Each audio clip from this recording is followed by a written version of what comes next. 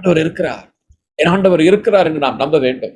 யோபு 19:25 யோபு அப்படித்தான் சொன்னார், என் மீட்பர் உயிரோடு இருக்கிறார், இந்த பூமியின் மேல் அவர் எழுந்தருளி வருவார் என்று சொன்னார். நான் அவரை காண்பேன், என் கண்களாலேயே அவரை காண்பேன் என்று சொன்னார். பாருங்கள், யோபுனுடைய விசுவாசத்தை பாருங்கள். எல்லாரும் அவரை தள்ளிவிட்டார்கள்.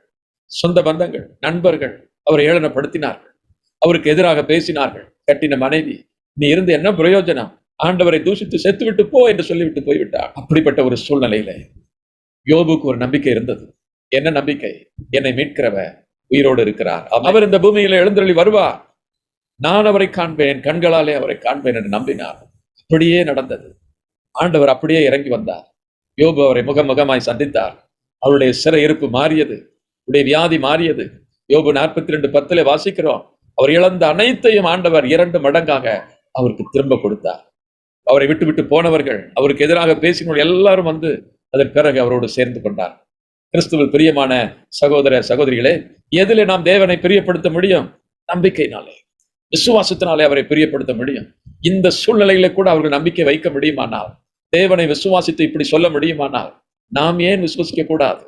உடைய பிரச்சனைகள் எதுவாக இருந்தால் என்ன, தைரியமாக சொல்லுங்கள், என் ஆண்டவர் உயிரோடு இருக்கிறார் என்று சொல்லுங்கள். அவர் வாழ்கிறார், அவர் உயிரோடு இருக்கிறார்.